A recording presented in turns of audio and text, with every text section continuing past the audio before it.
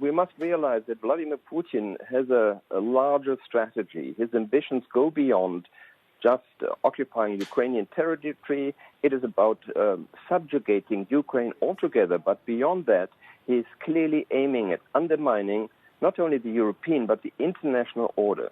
He has decided to tear a rift across Europe, across the international order, and he has changed the international order in the sense that after decades of trying to build security jointly, he has brought us into an era of confrontation. And that is what we are faced with, what the entire world is faced with.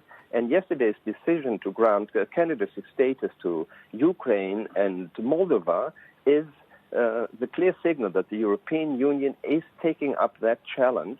It is taking up this new situation of confrontation and trying to send a clear signal to those countries that they're part of the larger European family, and a signal to Moscow that we will deal with the situation and we will be able to do so successfully.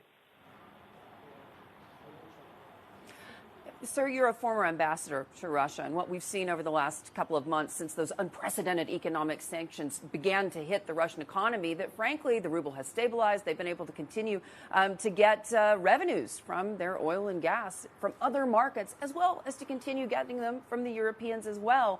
What's your sense of how long President Putin would be willing to keep pushing forward in terms of the war machine? Because he's got to be able to pay for it.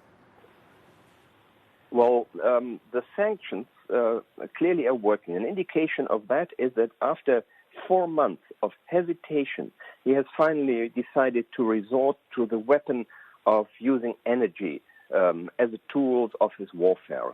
He had decided not to do this. It was us who decided to apply energy sanctions against Russia because it takes two to tango, and clearly he is dependent on those revenues too. He had been hesitant to use it because he constantly needs these huge revenues, not so much to feed his war machine, that unfortunately has been paid for already, but to constantly buy support within his country. And the clear signal of the Western community was that if he continues, we will go at his wallet, at the money he constantly needs to bribe the people around him, to buy the support within the country. And the fact that he is resorting to using energy is clearly a signal that the sanctions are hitting him and they are hitting his economy, and he is only able to keep up the ruble by artificial means, and we therefore, I think, are on the right track, and he will come into larger scale difficulties in the months to come.